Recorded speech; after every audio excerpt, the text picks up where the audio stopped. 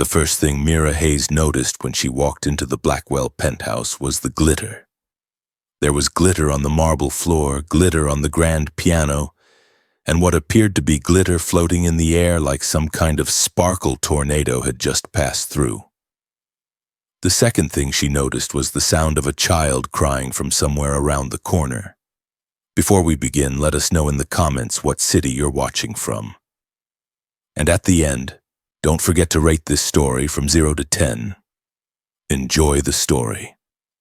Mira followed the sound through the foyer, her shoes crunching on what she was pretty sure was a mixture of glitter and baking soda. She rounded the corner into the living room and stopped. A little girl sat in the middle of the floor, surrounded by the remnants of what looked like a science experiment gone very, very wrong. Vinegar, baking soda, food coloring, and glitter. So much glitter. The girl was sobbing, full body sobs, the kind that only 6-year-olds could manage. Standing over her was a man in an expensive suit that was now covered in sparkles. He had his phone pressed to his ear with one hand and was making helpless gestures at the crying child with the other. "I don't know how to fix this," he was saying into the phone. "Martha would know. Martha always knows. But Martha's not here and I can't." "There's been a situation," the little girl wailed louder. "I ruined everything." The man looked up and saw Mira. He froze mid-sentence, mouth open, phone still pressed to his ear. Mira gave a small wave. "Hi, I'm from the agency." The man blinked. Once, twice, then hung up the phone without saying goodbye. "You, here, Nanny, good." He seemed to be having trouble forming complete sentences. "I mean, thank you for coming. I'm Ethan Blackwell.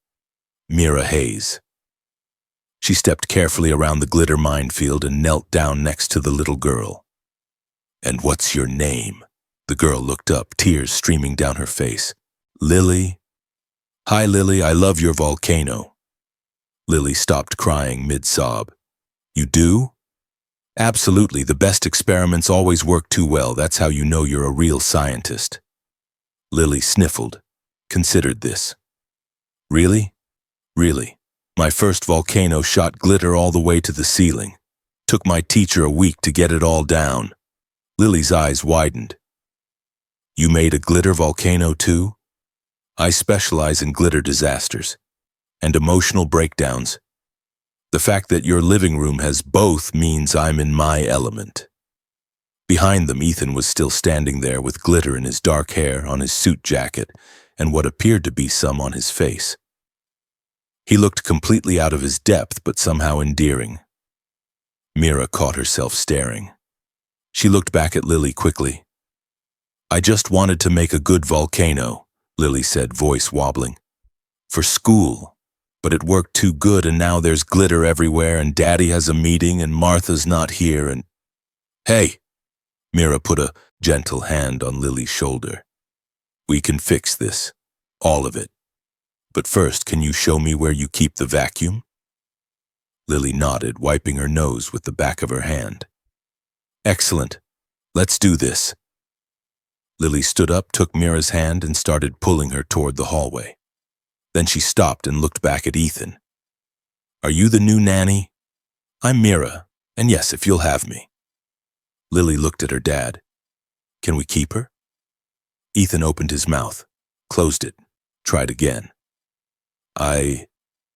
We should probably— Paperwork?" Mira smiled. She couldn't help it. The powerful CEO was stammering. She murmured to herself, barely a whisper. "Professional. Stay professional. Do not get distracted by the hot dad. Focus on authentic family dynamics, the very attractive authentic family dynamics." "I heard that," Ethan said. Mira's face turned red. "Excellent acoustics in this place. 20-foot ceilings." They stared at each other for a beat too long. Lily looked between them with interest. "So you're staying?" "If your dad wants me to." "I want her to," Lily announced. "She understands volcanoes." Ethan ran a hand through his hair, which just spread the glitter around more. Then yes, please, stay. An hour later, most of the glitter had been vacuumed up. Most of it. Mira was learning that glitter was less a craft supply and more a permanent life choice. They sat at the kitchen table while Ethan tried to explain the situation. He poured himself a cup of coffee and set it on the counter, then immediately forgot about it. "Martha's my regular nanny," he said. "She's been with us since Lily was 3. She's wonderful. She knows everything. Lily's routines, her preferences, her elaborate bedtime requirements." "I don't have elaborate requirements," Lily protested. "I just have a system. You have a laminated schedule. That's called being organized." Mira bit back a laugh. Ethan continued. "Martha had emergency knee surgery 3 days ago. She'll be out for at least a week. I called the agency yesterday in a panic and they said you could start today." "Martha makes me eat vegetables," Lily said, testing the waters. "Do you make kids eat vegetables?" "Only the fun ones, like broccoli trees and cheese sauce forests." Lily's eyes went wide. "That's a thing." "It is now." Ethan was staring again. Mira could feel it. "You're good with her," he said quietly. "I write children's books, the Glitter Dragon series, so I'm around kids a lot. I also take temporary nanny positions for research, authentic family dynamics. Lily has those books, all of them. She makes me read them." "I'm so sorry." "Don't be. They're good, really good." Something warm settled in Mira's chest. Lily was watching them both with an expression that seemed far too knowing for a 6-year-old. "Dad," she said, "your coffee. You're not drinking it." Ethan picked up the cup, set it back down without drinking. "Right. Coffee. That's 3 minutes," Lily announced. Lily, checking her watch. Mira raised an eyebrow. "Does she time all your coffee?" "Only when he forgets to drink it." "Which is?" "A lot." Lily pulled out a small notebook from her backpack and wrote something down. Ethan looked embarrassed. "I get distracted." "By what?" Mira asked. Lily and Ethan both said nothing, but Lily smirked. They worked out the details. 1 week, Monday through Sunday, live-in. The guest room was hers. The pay was generous, more than generous. Mira would have taken the job for free just for the book material. "Any questions?" Ethan asked. "Just one. Where do you keep the vacuum? Because that glitter isn't going away on its own." Lily giggled. Actually giggled. "I like her." "Me too," Ethan said, then looked startled at himself. "I mean, good." "That's good. That Lily likes you because Lily's opinion is important, obviously." He was rambling. It was adorable. Mira stood. "Should I put my things in the guest room?" "Yes, Lily, why don't you show Mira around?" Lily jumped up immediately. "I'll give the tour." She grabbed Mira's hand and pulled her toward the hallway. Ethan followed at a distance, watching them. Lily's room was exactly what Mira expected. Princess castle bed, but also dinosaur posters, a telescope in the corner, books stacked everywhere, art supplies covering the desk. "You like dinosaurs and princesses?" Mira asked. "I contain multitudes." Mira laughed. "Where did you learn that phrase?" "Martha says it when I'm being complicated." The guest room was beautiful. Huge windows overlooking the city. Comfortable bed, private bathroom. "You'll like it here," Lily said confidently. "We're very fun." "I can already tell." Lily bit her lip, then reached under her bed and pulled out a notebook. A very full notebook. "What's that?" Mira asked. "My science journal, for observations." She opened it. The page said, "Operation. Get Dad a wife so we can keep the fun nanny," in careful 6-year-old handwriting. Below, that was a list. 13 phases, each one numbered and illustrated with crayon drawings. Phase 1, make Dad smile. Phase 2, forced proximity. Phase 3, shared activities. Phase 4, bedtime stories, both of them. Phase 5, Strategic interruptions, Phase 6. Coffee monitoring, Phase 7. Museum trip. Phase 8, late night talks. Phase 9, backstory sharing, Phase 10. Hand-holding, Phase 11. The big feelings talk, Phase 12. Proposal, Phase 13. Wedding, purple and white flowers. Mira tried not to laugh. Is that a 12-step plan to get your dad married? 13 phases. I'm very organized. I can see that. Do you think it'll work? Mira looked at the detailed plans, the careful drawings, the pure determination of a 6-year-old on a mission. Lily, what are you showing Mira? Ethan's voice came from the doorway. Lily quickly closed the notebook. My homework. Ethan looked suspicious, but too tired to push. Okay, well, I have calls. Mira, you're sure about this? Absolutely. He nodded and left. But Mira saw him look back twice. When he was gone, Lily opened her notebook again and wrote carefully. Phase 1. Status. Begins now. She looked up at Mira and whispered, He smiled when you made me stop crying. That's a good sign. What exactly are you planning? You'll see, but don't worry, I have a very detailed strategy. Mira should probably be concerned. But mostly she was charmed. The afternoon passed in a blur. Mira and Lily made broccoli trees and cheese sauce forests for dinner. They did arts and crafts that involved more glitter because apparently glitter was a theme in this house.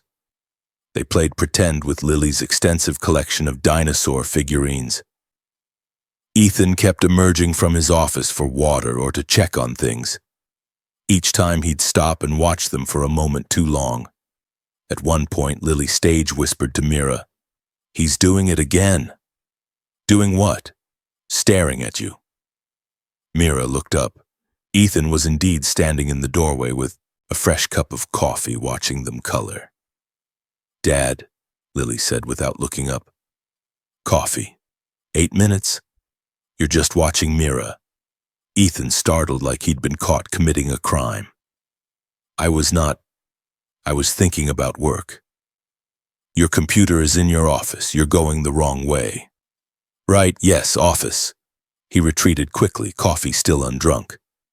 Lily pulled out her notebook and wrote something down. What are you writing? Data, for my science project.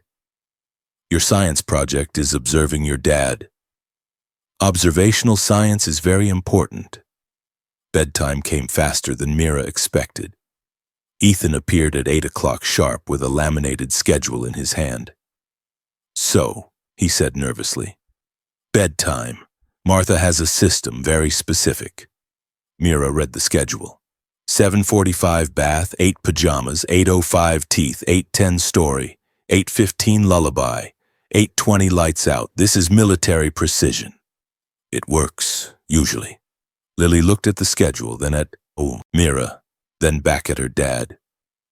I don't want a story from the approved list. Ethan's face went pale. But the list, Martha said, I want Mira to make up a story.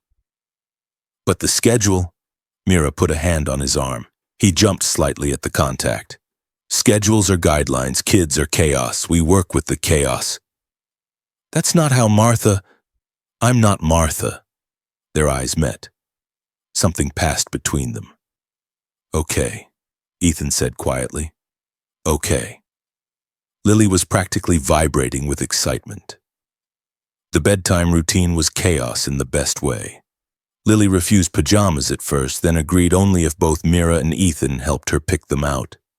She wanted 3 stories instead of 1. She wanted Ethan to read 1 page so she could hear his princess voice. Ethan read the princess voice like a CEO in a merger negotiation. Lily giggled. Mira tried not to laugh. You know you read the princess voice wrong, right? Mira said gently. What? She sounds like she's negotiating stock options. That's the only voice I know. It's adorable. Ethan blinked. Adorable? Lily doesn't care. She just likes that you're trying. Lily nodded. Daddy's trying really hard. Mira made up the rest of the story. The glitter dragon and the lonely prince. A prince who worked too much and forgot how to have fun. A dragon who brought color and sparkle back to his castle. Lily was asleep before she finished, a smile on her face. They tiptoed out together. In the hallway, Ethan stopped. "Thank you for today. She hasn't smiled like that in a long time." "You're doing great. Better than great. I'm surviving. There's a difference. Surviving is underrated, especially with glitter involved." They both laughed quietly. Without planning it, they ended up on the couch in the living room. Exhausted, covered in glitter and craft supplies. 2 glasses of wine appeared. The TV was on, but neither of them was watching. "Can I ask you something?" Ethan said. "Sure. Why children's books? Why temp nanny jobs?" Mira took a breath. "That's a bigger question than you think." "I have time," she told him, about growing up in foster care, about moving between homes, about how books were her escape, about how she became a teacher to give kids what she never had, about how she started writing to create the family she wished existed. "I take nanny jobs to research authentic family dynamics," she said. "Really, I'm still searching for what family feels like." Ethan was quiet for a moment. "You're part of our family. Lily already thinks so. It's been one day." "She's never bonded with anyone this fast." He stopped. "Not since her mom?" He nodded. "Carolyn died 3 years ago, brain aneurysm, sudden. One day she was here, the next she wasn't." "I'm so sorry. I threw myself into work, into raising Lily, into being busy so I didn't have to feel anything. And then you walked in covered in glitter and suddenly I'm feeling everything." They were sitting closer than necessary on the large couch. Both had glitter in their hair. Both were exhausted but energized. Neither wanted to move. On the coffee table, Lily's notebook sat open. They hadn't noticed her place it there. Phase 1. Make Dad smile. Status, complete 6 times today. Phase 2. Forced proximity, begins tomorrow. Mira saw it first and smiled. She didn't mention it to Ethan. Eventually, they both went to their separate rooms. But neither slept well. Both lay awake thinking about glitter and coffee and the way the other person smiled. In her room, Lily was wide awake with a flashlight and her notebook. She wrote carefully, "Day 1. Results. Success." Dad smiled 6 times, laughed 3 times, stared at Mira 11 times. Operation Wedding is go. The next morning arrived bright and early. Mira woke to the sound of movement in the kitchen. She got dressed quickly and headed out. Lily was already at the breakfast table with her notebook open. Ethan was making coffee. Mira appeared in the doorway and they both looked up at the same time. Their eyes met. Both looked away quickly. Lily watched this with great interest and wrote something down. "Good morning," Mira said. "Morning," Ethan replied. One word, too formal. Mira sat down across from Lily. "What are you writing?" "Observations?" Lily closed the notebook. "For school?"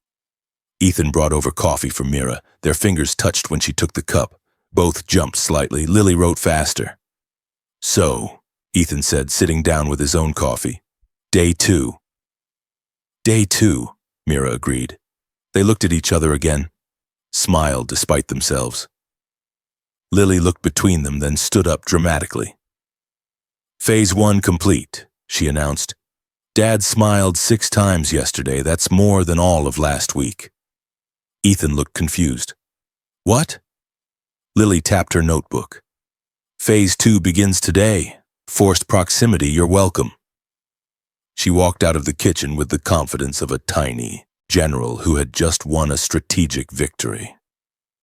Mira and Ethan sat in the kitchen, both confused, both trying not to laugh. "Should I be concerned about that?" Ethan asked. "Probably, but I think it's too late now." "Too late for what?"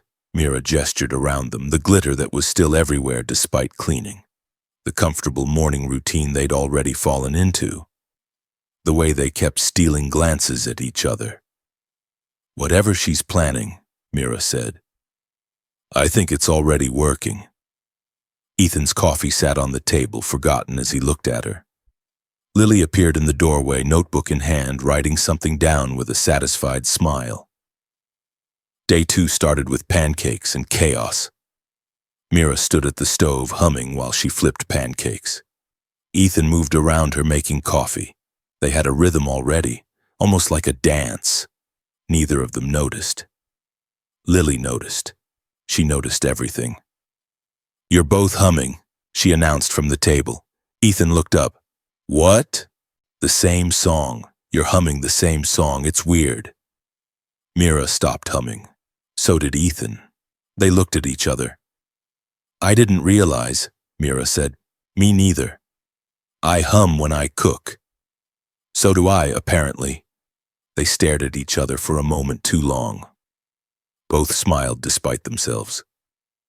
Lily wrote something in her notebook. Ethan straightened his tie. "I have a board meeting this morning, important one. The Tokyo expansion proposal." "You'll do great," Mira said, sliding pancakes onto plates. "I haven't even told you what the proposal is about." "Doesn't matter, you're brilliant, they'll love it." Ethan blinked. "How do you know I'm brilliant?" "Lily told me you built your company from nothing, that you're changing the world with green energy, that you work too hard, but it's because you care."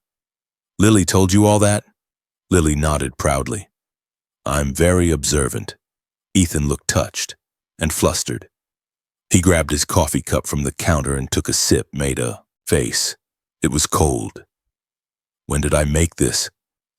15 minutes ago, Lily said, checking her watch.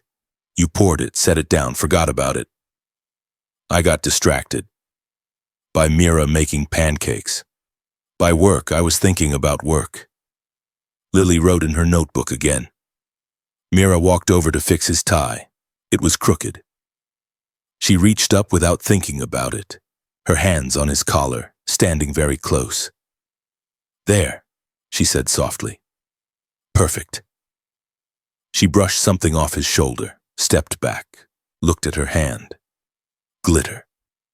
They both looked at Lily, who had helped him with his tie earlier. "Lily," Ethan said, "did you put glitter on me?" "Oops." She did not sound sorry at all. "I have a board meeting in 40 minutes. Mira tried to brush more glitter off his jacket. It just spread around. "I think glitter is permanent. We established this yesterday. I can't go to a board meeting covered in sparkles." "Why not?" "You have a 6-year-old. Anyone who judges you for glitter isn't worth impressing." Ethan looked at her. Really looked at her. "How do you always know exactly what to say?" "It's a gift. Also, you look distinguished with glitter. Very modern executive." Lily giggled. Ethan checked his watch. "I have to go, Mira, if anything. We'll be fine. Go save the world." At the door, he looked back, twice. Both times Mira was watching. Both times they smiled. The elevator doors closed. Lily turned to Mira with a knowing expression. "He likes you." "He's very nice." "That's not what I said." "What are we making today, more volcanoes?" "You're changing the subject." "I'm very good at it." Lily pulled out her notebook, wrote, Day 2, 8:47 a.m. Dad stared at Mira 4 times during breakfast, forgot about coffee for 15 minutes, smiling more. 2 hours later, Ethan sat in the conference room with his executive team. The presentation was going well. Really well. The Tokyo expansion numbers were solid. The sustainability projections were better than expected. Richard, his CFO, was mid-sentence about quarterly earnings when he stopped. "Ethan, you have glitter on your jacket." Everyone looked. Sure enough, there were sparkles on his collar, on his cuff, probably in his hair. Old Ethan would have been mortified, would have apologized, would have made excuses. New Ethan smiled. "I have a 6-year-old. The room was silent for a moment, then Richard smiled back. "Martha on vacation?" Knee surgery, new nanny this week. Seems like she's good for you. What do you mean? You're smiling. In a Q2 review meeting. I've worked with you for 8 years. You never smile during financial reviews. The numbers are good. The numbers were good last quarter too. You didn't smile then. Ethan didn't have a response to that. After the meeting, he stood at his office window overlooking the city. He checked his phone. No messages, no emergencies. Everything at home was fine. He could stay at the office. Should stay. He had work to do. Always had work to do. He called his assistant. I'm working from home this afternoon. Is everything okay? Everything's fine. Just need to review some documents. The home office is quieter. It was a lie. The home office was never quiet with a 6-year-old around. But he didn't care. He wanted to see them. When the elevator doors opened at the penthouse, the smell of fresh-baked cookies hit him immediately. The sound of laughter followed. He walked into the kitchen. Mira and Lily were covered in flour. The kitchen was a disaster. Cookie sheets everywhere, frosting in multiple colors, and yes, glitter. Someone had added edible glitter to the frosting. They were laughing, really laughing. You're supposed to frost the cookies, not paint your face, Mira was saying. It's war paint. I'm a cookie warrior. That's not a thing. It is now. Ethan stood in the doorway, briefcase in hand, just watching. He felt something in his chest shift, warmth, happiness, something he hadn't felt in 3 years. Mira looked up and saw him. Her smile got bigger. You're home early. I thought I'd work from home this afternoon. Lily looked up, face covered in blue frosting. You never work from home on Tuesdays. I do today. Because you wanted to see Mira. Because I have documents to review. Your office is in the other direction. You walked to the kitchen first. Ethan opened his mouth, closed it. Want a cookie? Deflection accepted. Lily held out a cookie decorated to look like a dragon. Try this one, I made it. He bit into it, closed his eyes. It was perfect. This is incredible. Mira taught me the secret ingredient. Which is? Mira and Lily exchanged glances. Love, obviously. Ethan laughed. Actually laughed. The sound surprised all of them. What? He said to their stares. You laughed? Mira said softly. Like really laughed? I laugh. Not like that. She looked at Lily. Does he laugh like that often? Never. I laugh, Ethan protested weakly. But he couldn't stop smiling, and he didn't want to. That evening, bedtime came too quickly and not quickly enough. Lily wanted both of them for story time. It's better with both of you. I have work, Ethan said, but he was already following them to her room. They ended up on Lily's bed, all 3 of them. Lily in the middle, Ethan on one side, Mira on the other. The princess castle canopy overhead. Mira continued the story from last night.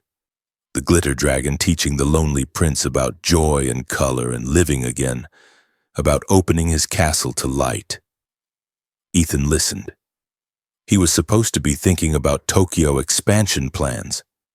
Instead, he was thinking about how Mira's voice changed when she told stories. Soft and warm. How Lily looked peaceful in a way she rarely did. How this felt right. Mira glanced at him occasionally, each time their eyes met.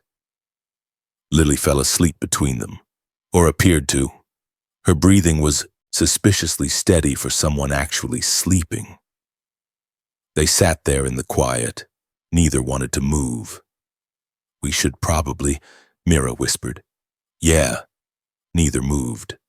Finally, they carefully extracted themselves, tiptoed to the door, turned off the light. In the hallway, they stood there. Neither wanted to walk away. Thank you, Ethan said quietly, for today, for being here, for making her happy. She makes me happy too. What about me? The question surprised both of them. Ethan looked like he couldn't believe he'd said it out loud. What about you? Mira asked, voice soft. Do I make you happy? She looked at him, really looked at him. Yeah, you do. Good. That's good. They were standing close, very close. The hallway felt smaller.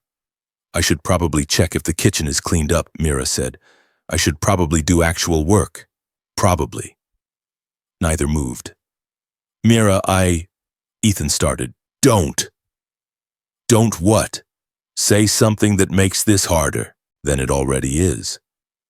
What if I want it to be harder? She laughed softly. It's day 2 of 7. This is... I know. But they stayed in that hallway, both hyper-aware of how close they were standing, both thinking about closing the distance. Good night, Ethan. Good night, Mira. She went to her room. He went to his, but neither went to sleep. In her room, Mira paced. She pulled out her laptop to work on her book notes. Instead, she found herself talking to herself. You're reading the princess voice wrong, but it's adorable, she murmured. Stop thinking it's adorable. This is a 1-week job. 1 week, not a romance novel. You write romance novels. You don't live them. She flopped on the bed, stared at the ceiling. He's a client, a grieving widower, a father, off limits, completely off limits. Pause. He has really nice eyes, though. Stop it. Stop. In his room, Ethan wasn't doing any better. He stood at the window overlooking the city, hands in pockets. She's perfect, he said quietly to himself. Lily loves her. Everyone loves her. He stopped himself before finishing that thought. Don't think it. It's been 2 days. 2 days, you can't... He ran a hand through his hair. But the way she makes Lily laugh, the way she fits into our chaos like she was always meant to be here. Quieter. The way I feel when she's around, even quieter. I don't want her to leave. Mira opened her door to get water. At the exact same moment, Ethan opened his. They both froze, stared at each other across the hallway, both wondering if the other had heard them talking to themselves. Water, Mira said quickly. Me too. They walked to the kitchen in awkward silence, got water, didn't look at each other. Well, good night, again, Mira said. Good night, again. They passed in the hallway, shoulders almost touching, both very aware of the almost, went back to separate rooms, both lay awake for a long time. Down the hall, Lily's door opened a crack. She'd been listening to everything. She pulled out her notebook and wrote by flashlight. Phase 4. Complete. They almost kissed twice today. Phase 5 tomorrow. Strategic interruptions. This is going perfectly. She added a smiley face. Then went to sleep, satisfied. Day 3 arrived with Wednesday morning light and nervous energy. Mira's phone rang at 8. Her best friend, Jazz. How's the research going? Jazz asked without preamble. It's complicated. Oh no, you like him. I don't. It's not. Mira, you're stammering. You never stammer. You're a word person. You're falling for the billionaire widower. That's ridiculous. That's a romance novel. A good one. Don't fight it. I'm hanging up now. Send me pictures of the hot dad. Mira ended the call and turned to find Lily watching from the doorway. You like my dad. I think your dad is very nice. That's not what I said. You're very persistent. I get it from him. They looked at each other. Lily smiled. Mira couldn't help smiling back. Want to help me make breakfast? Only if we make the ones Dad likes. How do you know which ones he likes? I observe everything. That's my job. In the kitchen, they made French toast. Lily insisted on adding cinnamon, because Dad likes cinnamon, but he doesn't know he likes it. How can he not know? Because he never pays attention to his food. He's always thinking about work. Or now, thinking about you. Lily. It's true. Yesterday at dinner, he didn't notice he was eating vegetables. Vegetables. Dad hates vegetables, but Mira made them, so he ate them and didn't even notice. Ethan walked in during this conversation, stopped. I ate vegetables? Broccoli, carrots, green beans. I hate green beans. I know, you ate 6 of them. He looked betrayed. You tricked me. Mira tried not to laugh. I made them delicious, that's not a trick. It's definitely a trick. Would you like some French toast? It has cinnamon. I don't like cinnamon. Lily and Mira exchanged looks. Try it, Mira said, putting a plate in front of him. He took a bite. His expression changed. Okay, that's good. You like cinnamon, Lily said triumphantly. I guess I do. He ate the French toast. Halfway through, he stopped, set down his fork, looked at both of them. You two are changing everything, he said quietly. Good changes, Lily asked. The best changes. He picked up his coffee, set it down without drinking, picked it up again. Set it down. Lily pulled out a stopwatch. 11 minutes this time. New record. What are you timing? Your coffee drinking. Lily showed him the stopwatch. You poured that cup 11 minutes ago. It's sitting there. You haven't touched it. You're staring at Mira. Ethan picked up the coffee immediately, drank it despite it being cold. Happy? No, because now I have to restart the timer. She pulled out her notebook, flipped to a page with a graph on it. A real graph. Axes, data points, everything. What is that? Mira asked, leaning over to look. The title read, Coffee Temperature versus Mira Proximity. The x-axis was labeled time, minutes, and the y-axis was coffee temperature, Celsius, and distance from Mira, meters. There were 2 lines, one showing coffee temperature declining over time, one showing distance from Mira. They correlated perfectly. Lily, Ethan said, is that a scientific study? Yes, I'm collecting data. Mira bit her lip to keep from laughing. This is very thorough research. Thank you. My hypothesis is that Dad forgets to drink coffee when you're in the room because he's too busy looking at you. That's not, Ethan started. The data supports my hypothesis, see? Average time to first sip when Mira's not present, 2.3 minutes. Average time when she is present, 11.7 minutes. You've been tracking this for 2 days. Science requires rigorous observation. Mira couldn't hold it anymore. She laughed, really laughed. Ethan looked between them, then down at his cold coffee, then at the graph. Despite himself, he laughed too. I'm being scientifically studied by my 6-year-old. You're very smart, 6-year-old, Lily corrected. How did I raise someone smarter than me? Mom's genes. The mention of Caroline made everyone pause, but not in a painful way, in a warm way. Yeah, Ethan said softly. Your mom was brilliant. I know, but you're smart too. You just forget to drink coffee. That evening after dinner, after Lily went to bed, Ethan and Mira found themselves in the living room again. Both claimed they needed to work. Both had laptops open. Both were pretending to work while stealing glances at each other. What are you working on? Ethan asked finally. My next book, The Nanny Dragon and the Lonely Prince. That's specific. I might be taking some inspiration from current research. And how does it end? This book, I don't know yet. Haven't figured out if the dragon stays or leaves. They weren't talking about the book anymore. What if the prince doesn't want her to leave? Ethan said. He's still in love with the queen. Was, past tense. The queen is gone. The prince is trying to move forward, trying to live again. That's scary, moving forward. Terrifying. They were both at the kitchen island now. Somehow they'd moved closer without noticing. Laptops forgotten. Mira, from the hallway. I can't sleep. They both jumped apart. Lily stood in her pajamas, rubbing her eyes. Her timing was suspicious. Too perfect. Another story? Mira asked. Both of you? Both of us, Ethan confirmed. They went to her room, read her another story. all three on the bed again. When Lily fell asleep this time, she was really asleep. They walked back to the living room in silence, stood in the space between their rooms. "We should probably," Ethan said. "Yeah, it's late." Neither moved. "Ethan, don't. Don't what? Say something that makes me not kiss you." Mira's breath caught. "It's day 3 of 7. I know.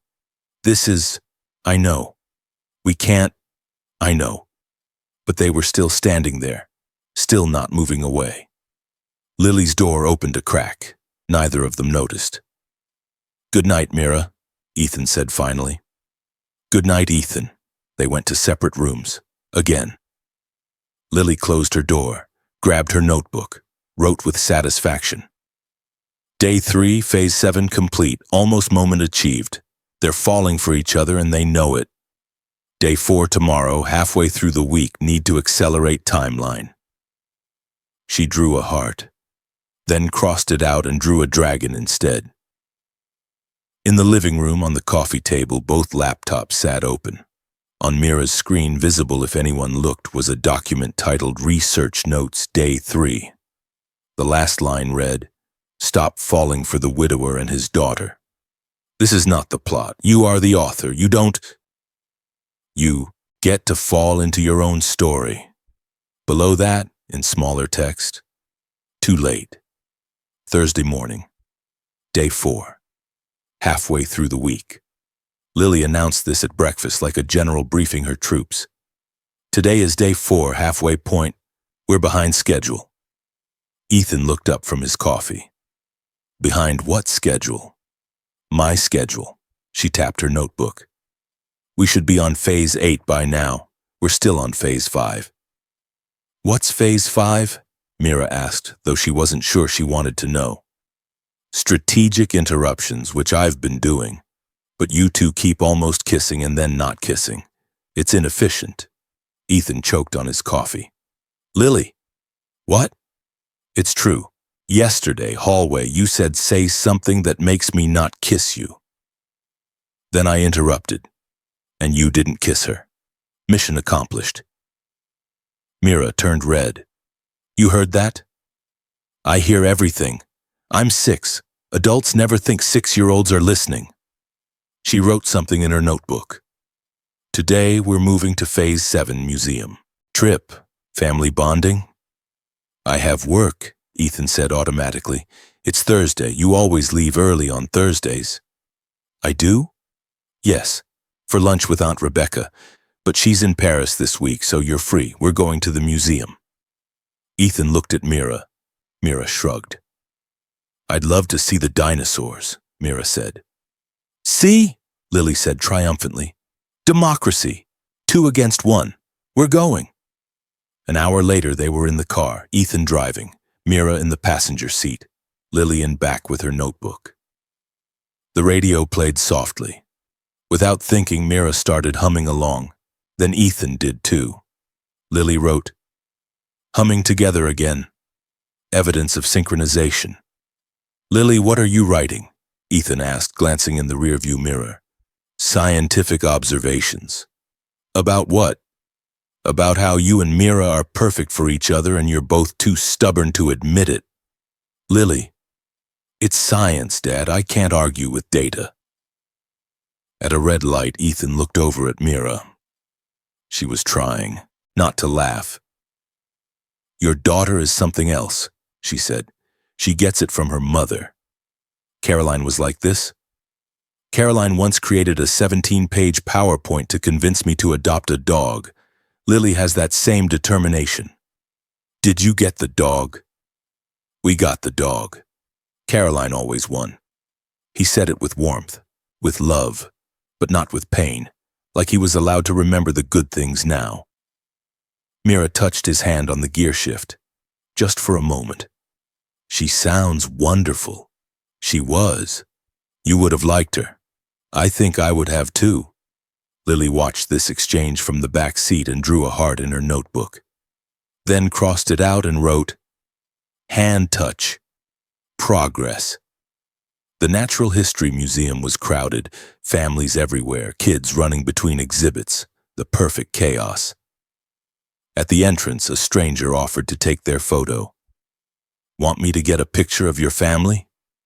Ethan opened his mouth to correct her, to say not my wife or temporary nanny, but Mira spoke first. "That would be lovely, thank you." They posed. Lily in front, beaming. Ethan's arm around Mira's shoulders, Mira leaning into him slightly. The stranger took 3 photos. "Beautiful family," she said, handing back the phone. They didn't correct her. In the dinosaur wing, Lily dragged them from exhibit to exhibit. She knew every dinosaur name, every fact, every theory. "The Parasaurolophus used its crest to communicate," she explained, pointing at the skeleton. "Like how Dad uses his serious business voice when he's nervous. I don't have a serious business voice. You do. You used it when you met Mira." Mira laughed. "He definitely did. I was professional. You said you here, Nanny, good. That's not how I talk." "That's exactly how you talk when you're flustered," Lily said matter-of-factly. They moved through the exhibits. At one point, the crowd got thick. Lily grabbed both their hands. "So we don't get separated." She swung their arms. As they walked, people smiled at them, the picture of a happy family. Ethan looked down at Lily, then over at Mira, felt something settle in his chest. This was what happiness felt like. In the planetarium show, they sat together in the dark, stars projected overhead. Lily fell asleep almost immediately, head on Ethan's shoulder. The narrator talked about constellations, ancient stories, connections across space and time. Mira's hand rested on the armrest. Ethan's hand moved closer, inch by inch, until their fingers touched. Neither looked at the other. Both stared at the ceiling, both very aware of the contact. Ethan's pinky hooked around hers, then his whole hand. They sat there in the dark, holding hands while Lily slept between them. Lily wasn't sleeping, she was peeking. She saw the hand-holding and smiled. After the museum, they got ice cream from a cart outside, sat on a bench in the sun, watched people pass. "This was the best day," Lily announced. "Yeah?" Ethan asked. "We should do this every weekend." Pause. Wait, in that statement. "That would be nice," Mira said quietly. "It would," Ethan agreed. They weren't talking about museums. Lily ran ahead to throw away her napkin. For a moment, Ethan and Mira were alone. "Thank you," Ethan said, "for today, for playing along with Lily's schemes, for being here." "I'm not playing along, I want to be here." "Even knowing this ends Sunday?" "Especially knowing that makes it more important. These moments." Ethan turned to look at her. Really look at her. "What if I don't want it to end Sunday?" Mira stopped walking. "Ethan, I know it's only been 4 days, I know you're leaving, I know this is crazy, but I don't want you to leave." "I don't want to leave either." First time she'd said it out loud, to him. "Then don't. It's not that simple." "Why not?" "Because this is a fantasy. 1 week, not real life." "It feels real to me." Lily came running back. "Come on! Ice cream is melting." The moment passed, but the words hung between them. In the car on the way home, Lily updated her notebook. Phase 7. Complete. Museum trip successful. Hand-holding achieved. Dad said he wants her to stay. Moving to Phase 9. She skipped Phase 8 entirely. Some things were too important to wait. That evening, after Lily went to bed, Ethan knocked on Mira's door. "Can we talk?" She let him in. They sat on her bed. Awkward at first, then not. "Tell me more," Ethan said, "about growing up, about why you write." So she did. Really told him. About the foster homes, about feeling invisible, about learning that love was temporary and family was something other people had. "I write families because I never had one. I research family dynamics because I'm still trying to understand what I missed. You're part of our family now, you know that, right? It's been 4 days. Time doesn't matter, not with this. What is this? I don't know, but I want to find out. Mira took a breath. Your turn. Tell me about Caroline. Really tell me. Ethan was quiet for a moment. She died 3 years ago. Brain aneurysm. We were making breakfast. She said she had a headache. Went to lie down. Never woke up. I'm so sorry. Lily was 3. She doesn't really remember her. Sometimes I think that's a blessing. Sometimes I think it's the worst thing. You keep her memory alive. I try. But I also spent 3 years terrified. Terrified of being a single dad. Terrified of screwing up. Terrified of ever feeling anything for anyone again, because what if I lose them too? That's not living. That's surviving. I know, but surviving was safe, and then you walked in covered in glitter and made surviving seem pointless. Ethan, I want to live again, Mira. I want Lily to have more than a dad who goes through the motions. He stopped, started again. I want you. I want this. Whatever this is, they were close now. Very close. This is terrifying, Mira whispered. I know. I don't know how to be someone's person. I've never stayed anywhere long enough. Stay here, with us. For how long? Forever, if you want. You can't promise forever. No one can. I can promise today and tomorrow, and every day after that until you believe me. Mira was crying, happy tears, scared tears. I'm falling in love with you, she said. I'm falling in love with both of you, and I don't know how to do this. Neither do I, but we can figure it out together. He leaned in. She didn't pull away. Can I kiss you now? He asked, and please. The kiss was soft, gentle, full of promise and fear and hope. When they broke apart, both were smiling. Okay, Mira said, okay? Okay, I'll stay. After Sunday, if you still want me to. I'll want you to.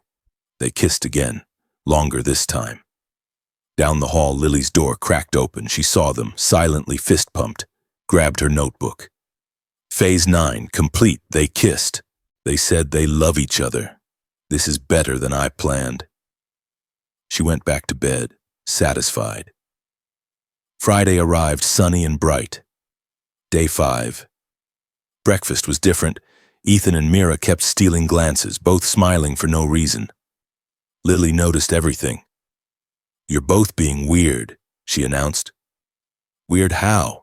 Mira asked innocently. Smiley, it's suspicious. Can't we just be happy? You can, but I'm watching you. Ethan laughed. What are your plans today, General Lily? Art project for school due Monday. It's a surprise. What kind of surprise? The kind that requires glitter. Ethan and Mira groaned in unison. More glitter? Ethan said. Glitter is essential to art. Everyone knows that. After Ethan left for work, Lily pulled out her supplies. She wasn't lying about the art project, but she was strategically planning it. I need help, she announced. This is a 2-person job, maybe 3. What are you making? A family tree with pictures and glitter. Mira helped her lay out photos on poster board. Pictures of Lily as a baby. Caroline holding her. Ethan looking younger and happier. The 3 of them together. Can we add new pictures? Lily asked carefully. Like what? Like from yesterday, the museum, all 3 of us. Mira's heart squeezed. Are you sure? Mom would want Dad to be happy. She told him that. Before she died. She did? I heard them. I was little, but I remember. She said, promise me you'll be happy. Promise me you'll let someone else in. Promise me you'll live. Tears pricked Mira's eyes. She sounds like she was very wise. She was, and she'd like you. I know she would. How do you know? Because you make Dad laugh. and you make me happy, and you don't mind glitter." They added the museum photo to the family tree, all three of them, smiling. At lunch, Ethan came home. "I wanted to see how the art project was going." "You never come home for lunch," Lily said suspiciously. "I do today." "Phase 8, Lily muttered. "Right on schedule." They worked on the family tree together, all three, cutting pictures, arranging them, adding captions in Lily's careful handwriting. Glitter got everywhere, again, on their hands, in their hair, on their clothes. At one point, Ethan and Mira reached for the same glitter bottle. Hands touched. They looked at each other, smiled. Lily was watching, making mental notes. "You two should kiss," she said casually. "Lily," they said in unison. "What? You're thinking about it. You're always thinking about it. Just do it." "We're working on your project," Mira said. "You can multitask." Ethan was trying not to laugh. "You're very direct." "Mom said being direct saves time, and we don't have much time left." The words hung there, heavy. Sunday was 2 days away. "Actually," Ethan said carefully, "we need to talk to you about that." Lily looked up. "About what?" "About Mira staying, after Sunday, if she wants to." Lily's eyes went wide. "Really? Really?" Mira confirmed. Lily launched herself at both of them, hugged them tight. "Yes, Phase 12 is still on track." "Phase 12? "Nothing, I'm just happy." They worked on the project all afternoon. It was chaos, beautiful chaos, glitter absolutely everywhere, more than the volcano, more than anything. "I think we're going to be finding glitter for years," Ethan said, brushing some out of Mira's hair. "I think glitter is a permanent part of our lives now," Mira agreed. "Our lives, I like that." They were sitting close, very close. Lily was on the floor adding finishing touches. "Can I tell you something?" Ethan said quietly. "Always. I'm scared about this, about us, about what happens if something goes wrong." "Me too. But I'm more scared of not trying." "Me too." They leaned in, about to kiss. "Art emergency!" Lily shouted. Glue everywhere, bottle tipped over, chaos. They jumped apart, ran to help, cleaned up the spill. By the time everything was fixed, the moment had passed. But Lily was smiling. Timing was everything. That evening, after Lily went to bed, Ethan and Mira stood in the living room looking at the finished family tree.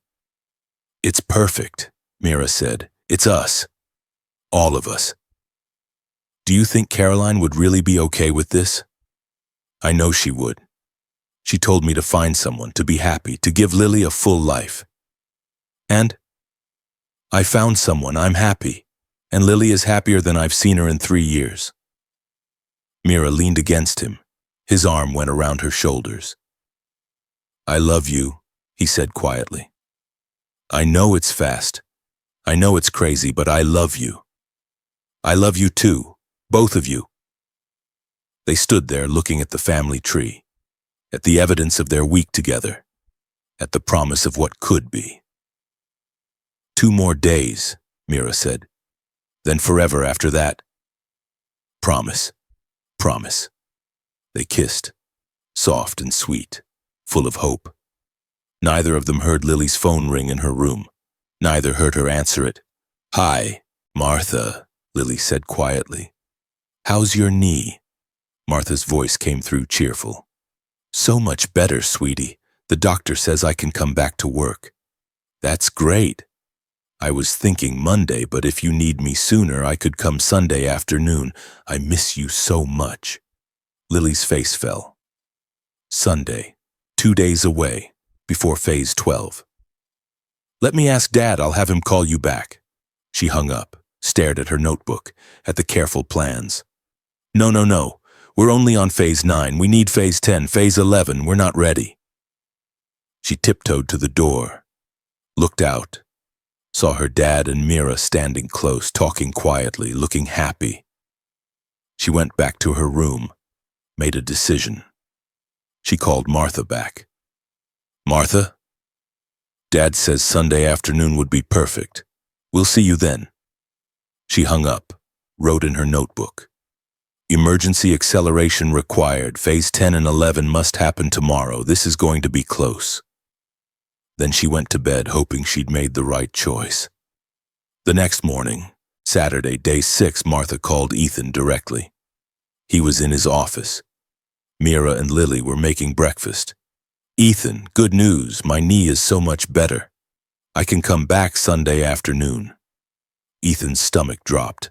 Sunday. Tomorrow. That's great, Martha. We missed you.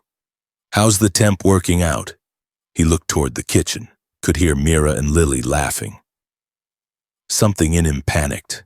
This was always temporary, always ending. He couldn't let himself forget that. She's fine, professional, doing her job. The words came out wrong, too cold, too formal. Just professional? Martha asked. Lily sounded like she really bonded with her. Lily needs consistency, routine. You know her better than anyone. It'll be good to have you back. If you're sure. I'm sure. See you tomorrow. Around 3? Perfect. Tell Lily I can't wait to see her. He hung up, stared at his phone.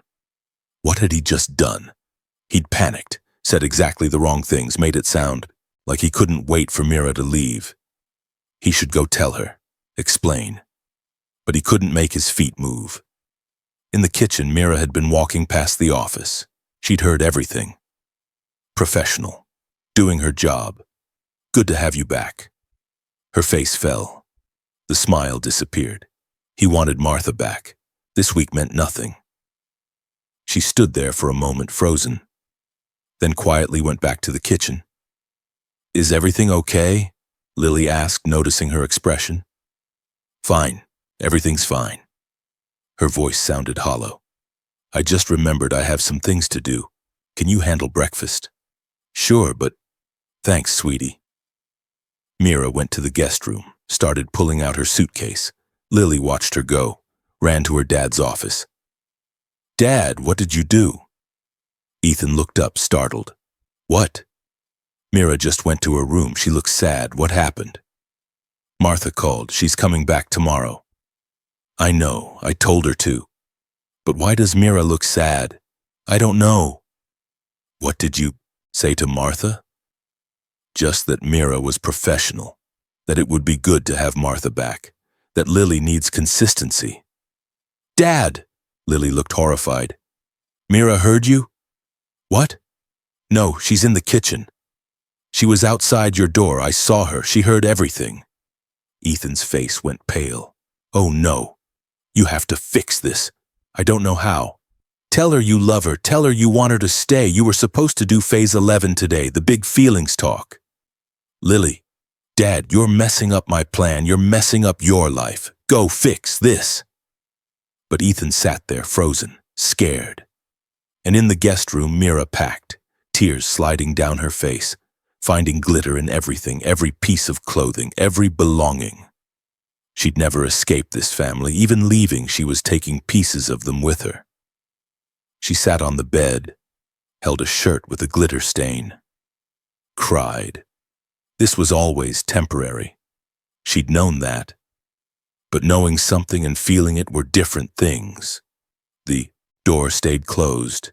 Ethan stayed in his office. Neither of them moved, and Lily sat in the hallway between them, notebook open, writing frantically. Phase 11 emergency. Dad said wrong thing. Mira heard. Both upset. Need intervention. Phase 13 in danger. She underlined danger 3 times, then sat there, 6 years old, trying to figure out how to fix what the adults had broken. Saturday afternoon felt like the longest day of Ethan's life. Mira stayed in the guest room, door closed, packing. Ethan stayed in his office, door closed, staring at his computer screen without seeing it.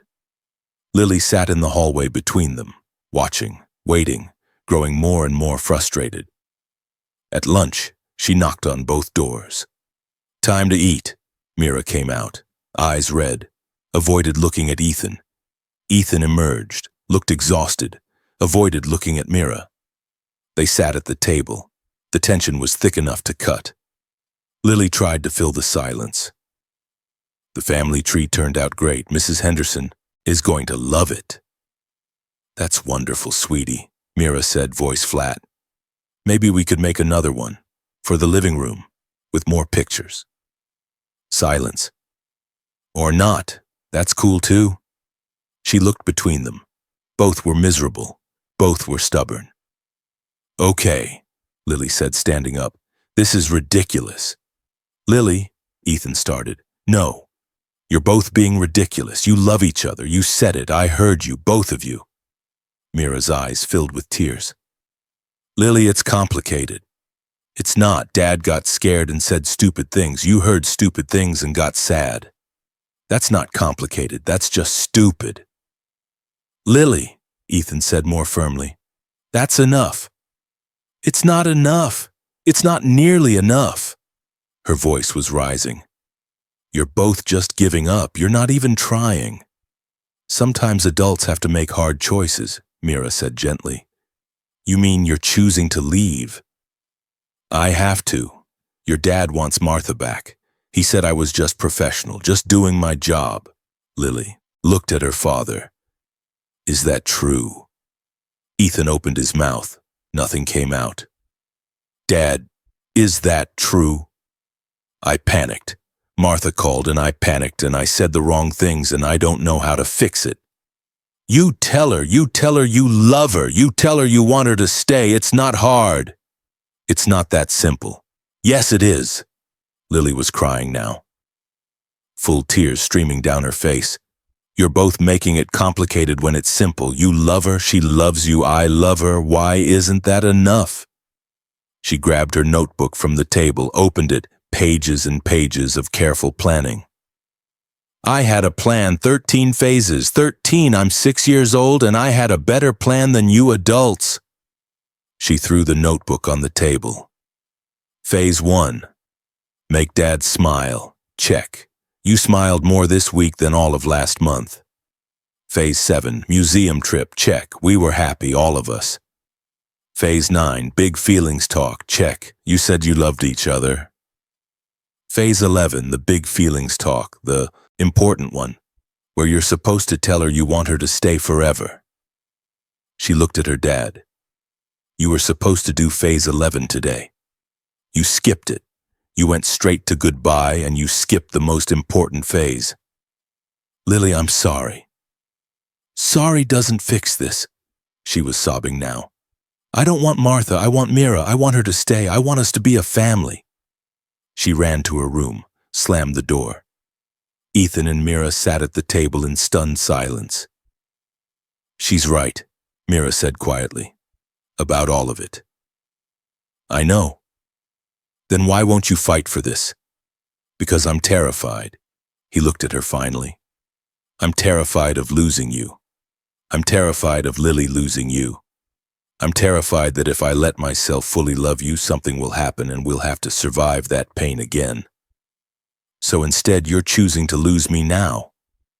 Guaranteed. That makes no sense. I know. Ethan, I'm terrified too. I've never had a family. I don't know how to be someone's person. I don't know how to stay, but I was willing to try. For you. For Lily. For us. Was? You made it very clear to Martha that I was temporary, professional. That it would be good to have me gone. That's not what I meant. Then what did you mean? He stood up. Paced. Ran his hands through his hair. I don't know. I panicked. Martha called and reality hit and I reverted to the safe thing. The known thing. And I said everything wrong. From Lily's room came the sound of crying. Muffled but heartbreaking. She's 6, Mira said, tears streaming down her own face. She shouldn't have to be the brave one. No, she shouldn't. They sat there, both crying, both too scared to bridge the gap. Ethan's phone rang. Martha. He almost didn't answer, then did. Martha? Ethan, what's going on? Lily just called me crying. I couldn't understand most of it, but I heard phase 11 and Dad ruined everything and something about a plan. It's complicated. Uncomplicated for me. So, he did. Told her everything. The week. Mira. Falling in love.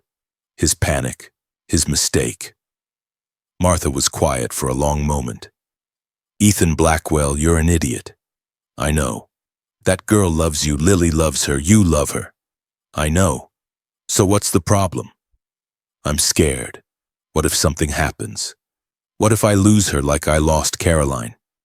What if you don't? What if you have 50 beautiful years together? What if you're throwing away the best thing that's happened to you because you're too scared to try? Martha, Caroline wouldn't want this. You know that. I know. She told you to be happy. She told you to let someone else in. She told you to live, not just survive. I remember. Then honor her memory by doing what she asked. Let yourself be happy. Let Lily have a mother. Let that girl who's crying in your guest room know that you love her enough to be brave. Ethan was crying now too. What if I've already ruined it? Then you fix it. You get up off you get backside and you fix it. That's what adults do. How? How should I know? I'm not the one in love, but that child has a notebook full of plans. Maybe start there. She hung up. Ethan sat there for a long moment, then stood, went to Lily's door, knocked softly. Lily, can I come in? No. Please, I need your help. Silence. Then the door opened a crack. Lily's face was red and puffy from crying. You need my help? Yeah, I messed up. I don't know how to fix it, but you're the smartest person I know, so I need your help. Lily considered this. Opened the door wider. Phase 11? Phase 11. What's phase 11 supposed to be? The big feelings talk. Where I tell her I want her to stay forever, where I'm honest about being scared but wanting to try anyway. Where I ask her to be part of our family. Can you do that? I want to try. Lily looked at him, really looked at him, then nodded. Okay, but we're doing this together. You and me. Team Blackwell. Team Blackwell. She grabbed her notebook. I have a plan. Of course she did. 20 minutes later, Ethan knocked on Mira's door. Mira, can we talk? I don't think that's a good idea. Please, just 5 minutes. Lily's with me. A pause. Then the door opened. Mira's eyes were red. Her suitcase was half packed on the bed, glitter visible on every piece of clothing. We have a presentation, Lily announced. A what? A presentation with visual aids about why you should stay. Ethan pulled out Lily's notebook, the infamous notebook. Lily has been collecting data, he said. About this week, about us, about why this works. Lily opened to a new section, pages she'd added today. Why Mira should stay forever, scientific evidence. Page 1, the coffee temperature graph, updated with a week's worth of data. Dad's coffee was cold 47 times this week. Average time held 12 minutes. Conclusion, he's too busy looking at you to remember to drink. Mira's lips twitched despite herself. Page 2, a chart showing Ethan's smiles. Days plotted on x-axis, smile count on y-axis. A dramatic spike starting Monday. Dad smiled 127 times this week. Last week, 3 times. Conclusion, Mira makes Dad happy. Page 3, Lily's own happiness scale. A line graph showing steady increase from Monday to Friday. My happiness went up 43% this week. That's not normal variation. That's statistically significant. You know what statistically significant means? Mira asked. I looked it up for this presentation. Page 4, a list titled Things That Are Better with Mira. Bedtime, more fun. Breakfast, more delicious. Art projects, more glittery. Dad's mood, much better. Everything scientific fact. Mira was crying again, but smiling too. Lily, this is... I'm not done. She turned to the final pages, a drawing, the three of them, stick figures holding hands. Our family written in crayon at the top. Below, it, Phase 12, proposal, Phase 13, wedding, purple and white flowers. Because I already picked them out and I'm not changing my plan. I'm 6, Lily said seriously. I know what I want. I want you to stay. I want you to be my mom, not instead of my real mom. But with her, I think she'd like you. I know she would. Ethan took the notebook. My turn. He showed her pages he'd added, his handwriting. Reasons I love Mira Hayes. A list. Dozens of reasons. Makes Lily laugh. Sees through my walls covered in glitter and doesn't care. Talks to herself, I do it too. Makes broccoli taste good, reads stories with perfect voices, fits into our chaos like she was always meant to be here. Makes me want to be brave, makes me feel alive again. Understands loss, but chooses joy anyway. The list went on and on. The last reason. Because I can't imagine tomorrow without her. Mira read through tears. Ethan. I'm sorry, I panicked. Martha called and suddenly it was real and I got scared and I said everything wrong. But the truth is this. He took her hands. I love you. I fell in love with you the moment you walked in covered in glitter and made Lily stop crying in 30 seconds. I've been falling more in love with you every day since. But you said. I said stupid things because I was scared, but I'm more scared of losing you. I'm more scared of Lily losing you. I'm more scared of going back to just surviving instead of living. I don't know how to do this, Mira whispered. I don't know how to be part of a family. Neither did I 3 years ago, but I learned, and we can learn together. Lily held up her notebook. Plus, I have very detailed instructions. 13 phases, we're almost done. Mira laughed through her tears. You really had this planned from day one? From before day one. I've been planning since Dad said Martha needed surgery. You're something else. I get that a lot. Mira looked at Ethan, really looked at him. You're sure? This isn't panic or fear or just the weak talking. I've never been more sure of anything. Stay.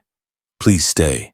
Be part of our family, be part of our chaos. Help us find glitter in weird places for the next 50 years. 50 years? At least. I'm planning ahead. Mira pulled out her own notebook, her research notes, open to the last page. Day 6. Stop falling for the widower and his daughter. This is not the plot. You are the author. You don't get to fall into your own story. She showed him what she'd written below that. Too late. Fell anyway. Best decision I ever made. Is that a yes? Lily asked hopefully. That's a yes, I'm staying, if you'll have me. Lily launched herself at both of them. Phase 11 complete. Ethan kissed Mira, soft and sweet and full of promise. I love you, he said. I love you too. Both of you. Group hug, Lily demanded. They stood there, the three of them holding each other. A family. Can I tell Martha she doesn't need to come? Tomorrow? Ethan asked. No, Lily said quickly. Martha still comes. I love Martha. She can help part-time. More adults means more backup for my plans. Your plans? Mira asked. Lily held up her notebook. Phase 12 and 13 still need completion. What's phase 12 again? Proposal. But that's Dad's job. I can't do everything. Ethan laughed. Okay. I can handle phase 12. When? When the time is right. The time is always right. That's what Mom used to say. He looked at Mira. She nodded. Then soon. Very soon. Good, because I already bought the flowers. You bought flowers? Purple and white. For phase 13, I'm very prepared. That evening they made dinner together. All three of them. Plus Martha, who came over early because she wanted to see what all the fuss was about. Martha took one look at Themo, Ethan, and Mira moving around each other naturally. Lily directing operations, everyone covered in flour and, yes, somehow glitter, and smiled. "Well," she said, "this looks like a family to me." "It is," Lily said confidently. Phase 11 complete. Phase 12 in progress. "I don't want to know," Martha said, but she was smiling. They ate dinner, laughed, told Martha about the week, about the volcano, the museum, the family tree. "And you're staying?" Martha asked Mira. "I'm staying." "Good.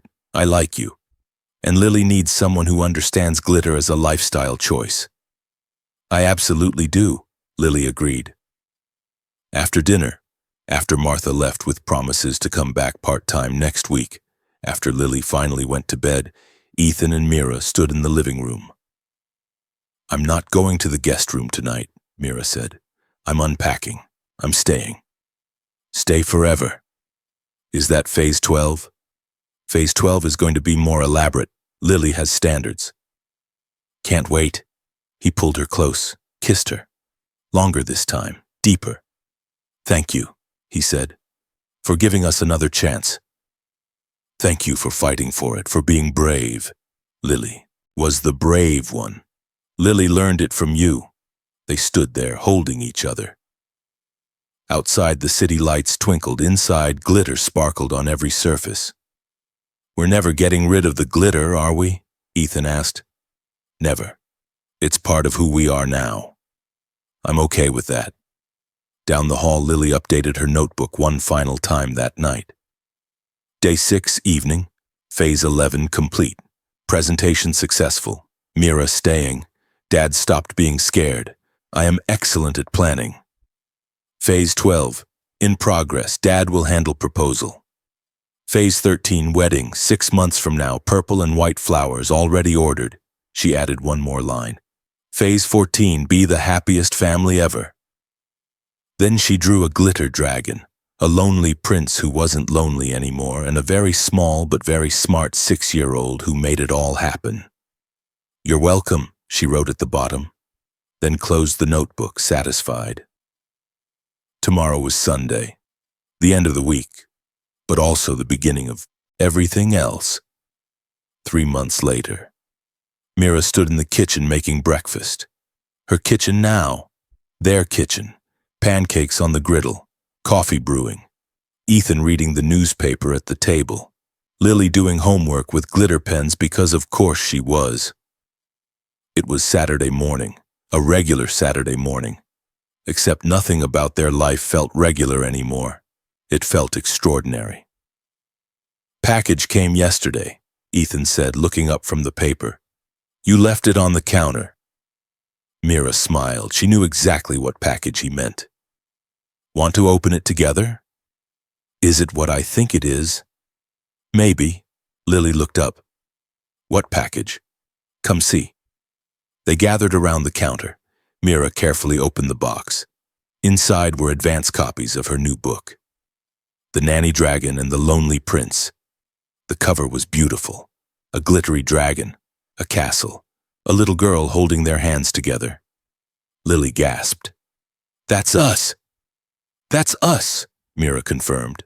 Ethan picked up a copy, opened to the dedication page. Read aloud. "To Lily, who had 13 phases and taught me about love.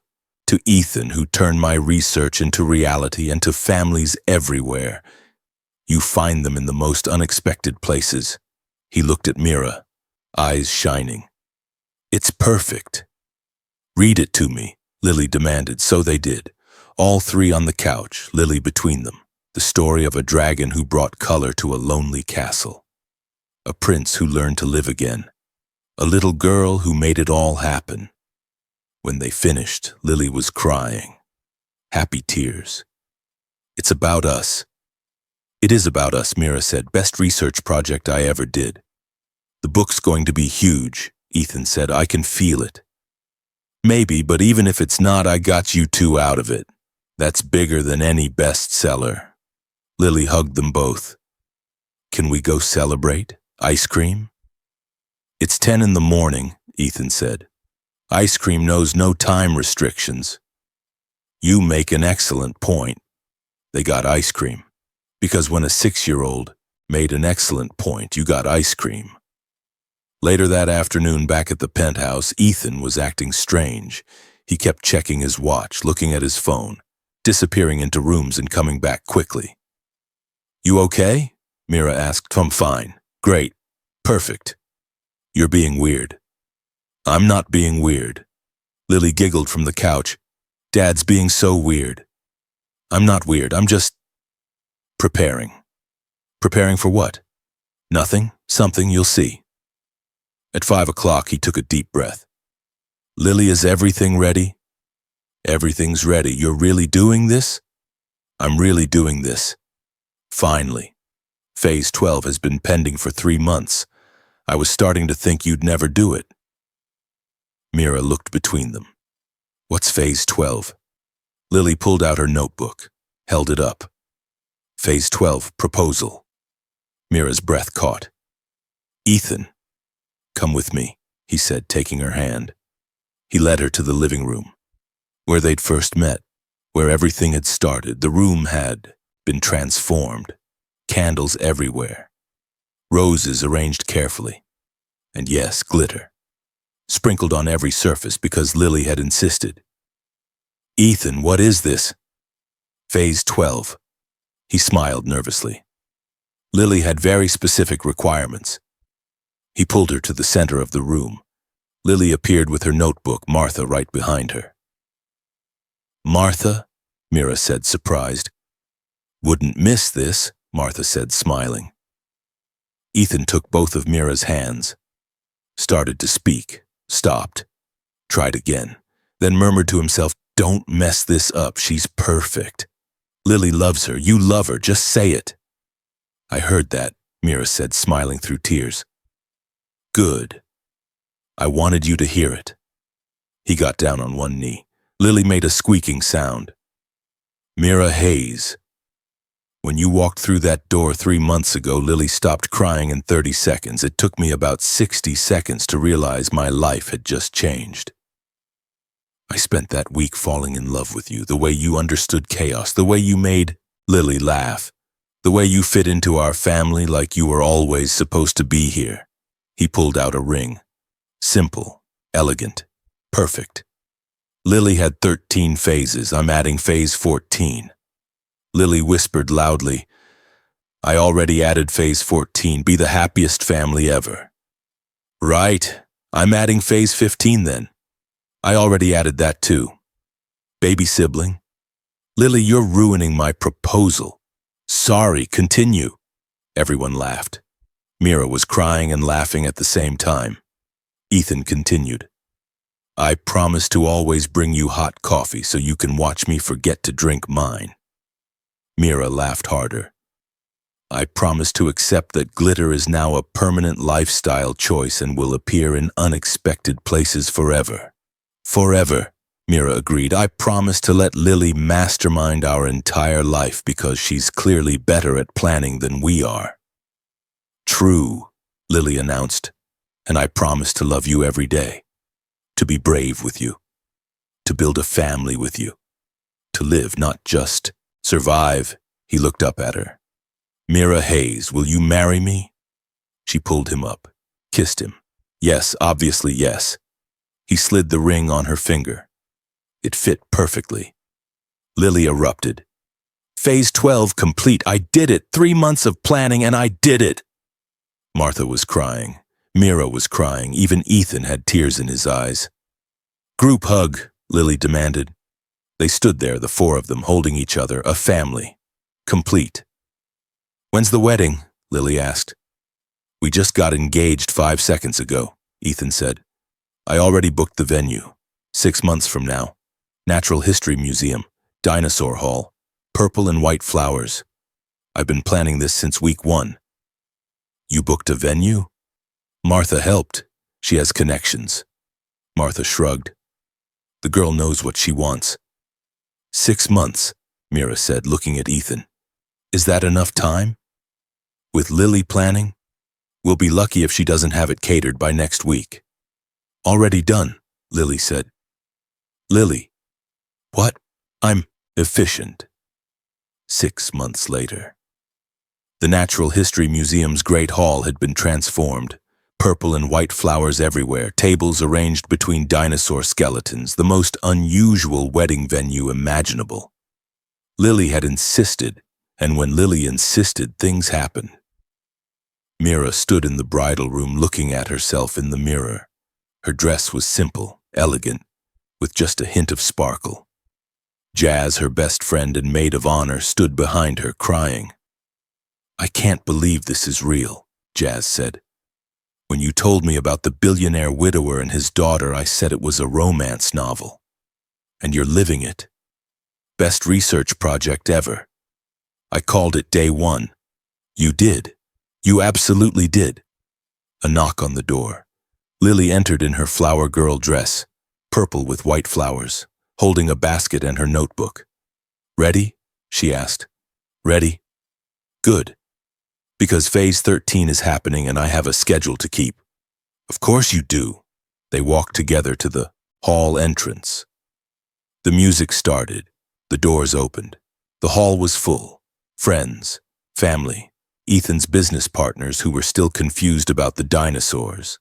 Martha in the front row, tissues ready. And there, at the end of the aisle, stood Ethan, looking at her like she was the only person in the room, like she was his entire world. She walked toward him, Lily beside her, sprinkling flower petals and glitter, so much glitter. You added glitter to the petals? The wedding coordinator whispered in horror. Obviously, Lily whispered back. Mira reached Ethan.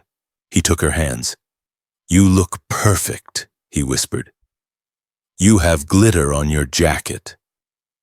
They both looked at Lily, who waved her basket innocently. Wouldn't be our wedding without it, Ethan said. The ceremony was beautiful, traditional vows with personal additions. Ethan, I promise to never drink cold coffee while staring at you. Wait, no. I promise to drink cold coffee while staring at you. Because that means you're there, Mira. I promise to always bring glitter into your life, and chaos and joy and terrible bedtime story voices. Everyone laughed. Before the I do's, Lily raised her hand. Excuse me, can I say something? The officiant looked uncertain. Ethan nodded. Lily stepped forward, pulled out her notebook. I just want everyone to know that this was my plan. Murmurs of laughter from the guests. I had 13 phases, 13 from day one. Phase 1, make dad smile, check. Phase 7, museum trip, check. Phase 9, big feelings talk, check. Phase 12, proposal, check. And now phase 13, wedding. She held up her notebook, showing pages and pages of detailed plans. They only needed 11 phases at first, but then they almost messed it up, so I had to intervene multiple times. With scientific data. Ethan covered his face, laughing. Mira was crying from laughing. I'm 6 years old and I have a better success rate than most wedding planners. Applause and laughter from everyone. You're welcome, Lily said, bowing slightly. She sat down.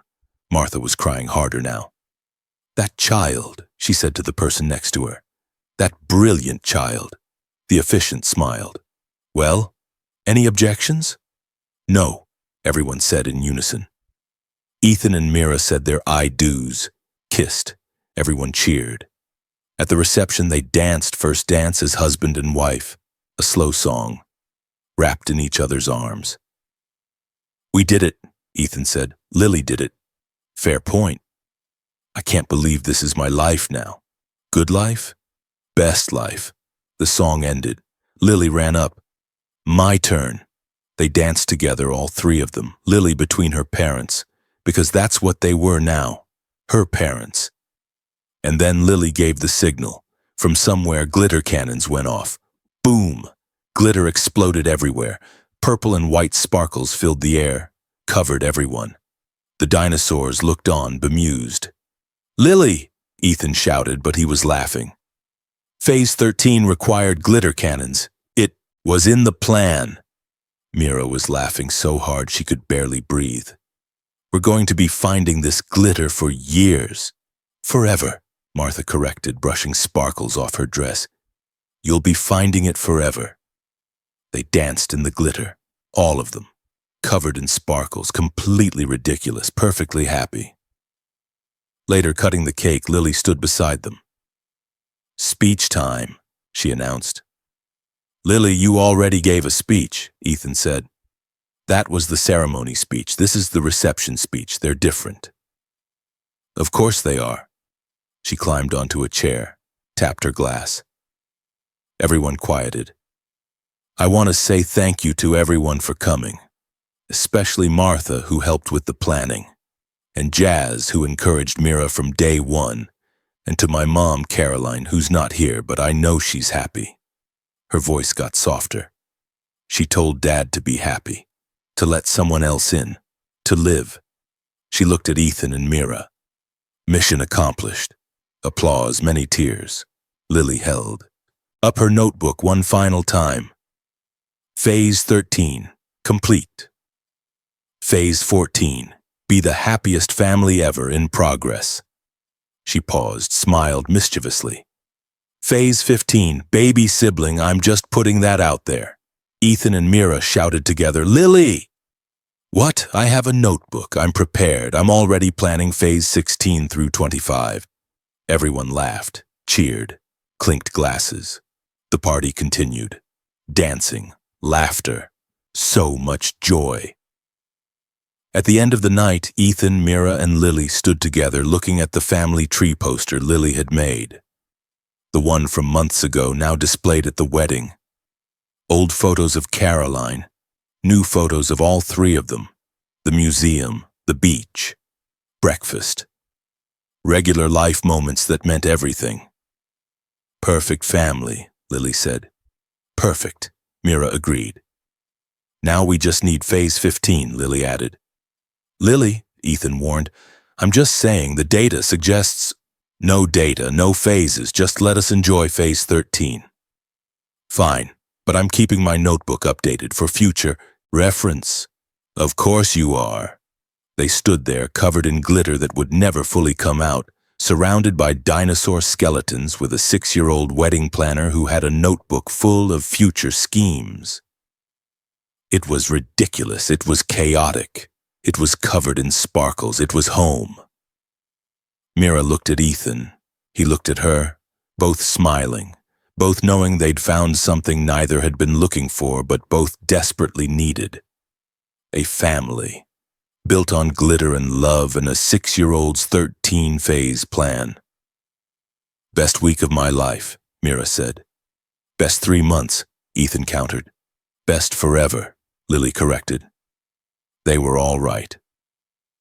Later, as guests left and they stood in the glittery aftermath, Lily pulled Mira aside. Can I tell you something? Always. I knew from day one. When you walked in and stopped me from crying about the volcano, I knew you were supposed to stay. How did you know? Because you looked at us like we were a family already, like you saw the possibility. And because you understood glitter. Mira hugged her tight. I love you, Lily, so much. I love you too. Mom, first time she'd said it. Both of them cried. Don't tell Dad I'm crying, Lily said. I have a reputation as a strategic planner, can't be emotional. Too late, Ethan said, appearing behind them. I heard everything. More tears, more hugs, more glitter somehow appearing from nowhere. They went home together. To the penthouse that was no longer just Ethan's or just a building. It was theirs, their home, their family. In Lily's room, after she finally went to sleep, her notebook lay open on the desk. The last entry read, Phase 13, complete, wedding successful. All data supports hypothesis that Mira and Dad are perfect together. Success rate, 100%. Phase 14, in progress. Being happiest family ever. Phase 15, TBD, but I'm ready when they are. Conclusion: sometimes the best research leads to the best life. Sometimes family isn't what you're born into. It's what you build. And sometimes all it takes is 1 week, 13 phases, and a lot of glitter. The end. But also the beginning. P.S. They never did figure out how to fully remove the glitter. It's permanent, like us. What did you think of Ethan and Mira's story? Let us know in the comments. Rate this story from 0 to 10. What score would you give it? Don't forget to subscribe to the channel and turn on notifications to catch all our stories. And check out more emotional stories by clicking right here on the end screen.